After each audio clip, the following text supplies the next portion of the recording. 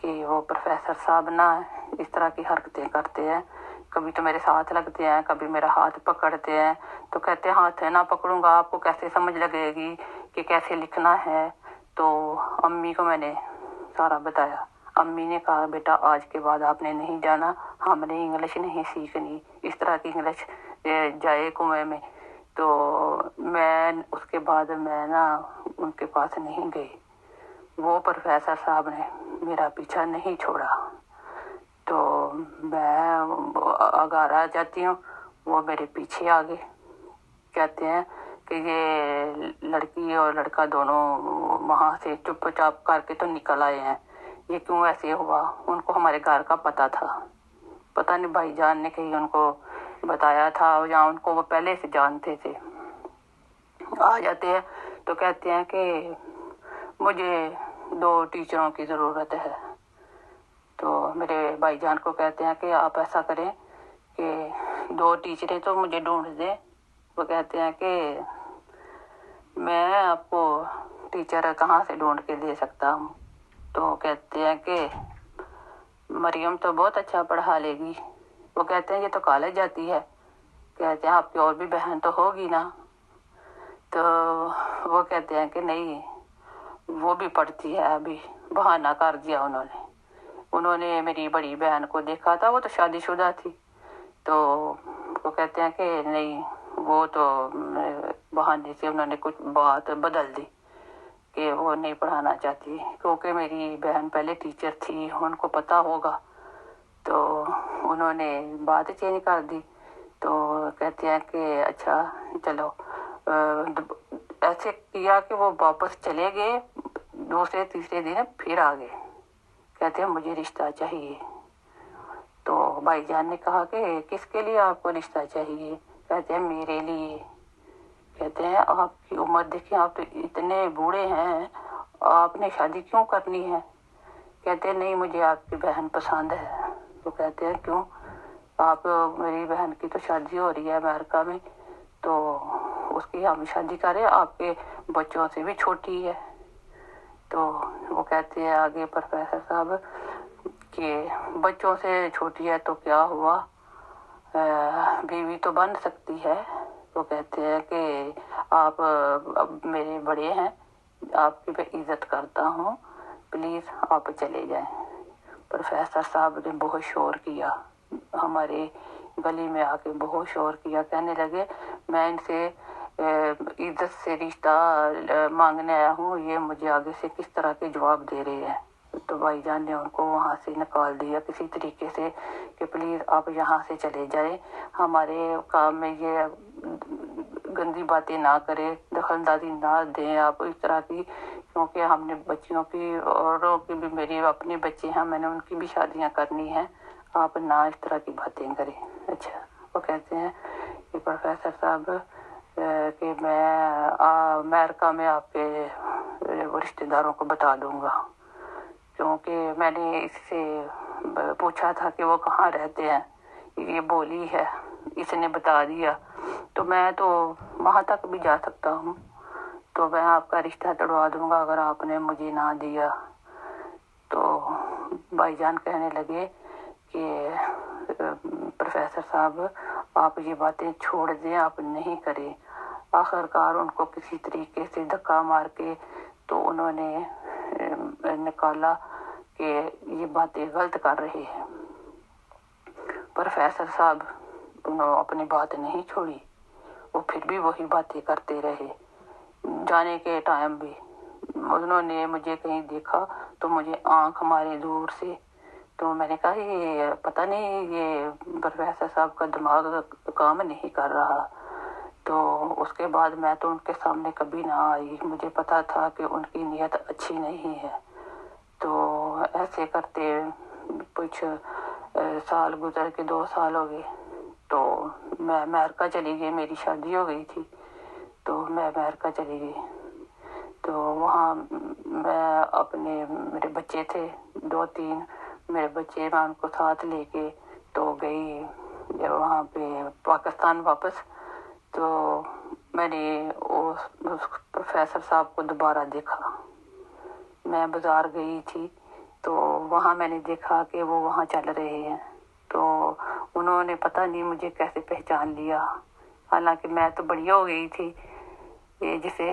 تو میرے پاس میرے بچے تھے، مجھے دیکھ کر پہچان جاتے ہیں، تو کہتے ہیں مریم، تو میں حیران رہ جاتی ہوں یہ کون ہے۔ میں ان کو دیکھ کے حیران ہو گئی کہ یہ داڑھی والے کون ہیں۔ تو اچانک مجھے یاد آ گیا کہ یہ تو وہ پروفیسر ہے جو مجھے تنگ کرتا تھا۔ تو ساتھ میری بڑی باجی تھی، تو وہ کہتی ہیں کہ یہ کون ہے، تو میں نے ان کو بتایا کہ یہ وہی ہیں، یاد ہے جو ہمارے گھر آئے تھے پروفیسر صاحب جب میری شادی نہیں ہوئی تھی۔ تو وہ بہت حیران ہوئی، کہتی ہیں کہ آپ کو ابھی بھی یہ پہچانتے ہیں، یہ کس طرح کے ہیں۔ تو مجھے کہتے ہیں آگے سے کہ مریم، آپ امریکہ جا کے تو مجھے بھول گئی ہو، آپ نے تو مجھے کبھی فون نہیں کیا، میں تو آپ کو بہت یاد کرتا رہتا ہوں دن رات، آپ کی فوٹو بھی میرے پاس ہے، تو یہ فوٹو جو ہے نا میں اپنے ساتھ لگا کر نا تو میں آپ کے ہسبینڈ کو سینڈ کروں گا، میں بتاؤں گا یہ پہلے میرے ساتھ تھی۔ وہ ابھی تک وہ بات کو ابھی یاد کر رہے تھے، کہتے ہیں کہ میں ایسے کہوں گا میرے ساتھ تھی تو اس نے آپ کو دھوکہ دیا ہے تو وہ آپ کو چھوڑ دے گا۔ مجھے کہتے ہیں ابھی بھی ٹائم ہے، واپس آ جاؤ، بچے چھوڑ آؤ۔ تو میں غصے میں تھی، میں نے کہا کہ میں وہاں سے نکلی اپنی بہن کو لے کے، ہم وہاں ٹاؤن سے جلدی نکلے کہ چلے یہاں سے۔ تو اس طرح کے لوگ ہوتے ہیں جو آپ کو تنگ کرتے ہیں، تو اللہ تعالی ہمیں ان شیطانوں سے بچائے، اور کبھی آپ اپنے بچے کو اس طرح کے ٹیوشن والے لوگوں سے بچائیں۔ اگر آپ پڑھا رہے ہیں ان کو تو ماں ساتھ بیٹھے، کوئی فیملی والا اپنے گھر میں بھی اگر کرا رہے ہیں تو کسی نہ کسی کو ساتھ ہونا چاہیے، دور نہ بھیجیں پلیز، کیونکہ جو میرے ساتھ ہوا میں نہیں چاہتی کہ کسی اور بچے کے ساتھ یہ ہو، کیونکہ یہ جب لوگ پیچھے پڑ جاتے ہیں ان کے سر پہ کوئی نہ کوئی جنون سوار ہو جاتا ہے، وہ آگے پیچھے کا، اپنی عزت اپنی بےزتی کا کچھ نہیں سوچتے۔ آپ یہ سوچیں کہ سب بچے برابر ہیں، ماں باپ کے لیے سارے، ہر ماں باپ جتنے بھی ہیں سب کے بچے برابر ہیں، تو آپ ان بچوں کا خیال رکھیں۔ تو یہی میں آپ کو کہہ سکتی ہوں کہ اپنے بچوں کا پلیز جتنی جلدی ہو، بیٹیوں کا، بیٹے ہوں یا بیٹی ہوں، سب کا خیال رکھیں۔ اللہ حافظ۔ اوکے جی، خدا حافظ۔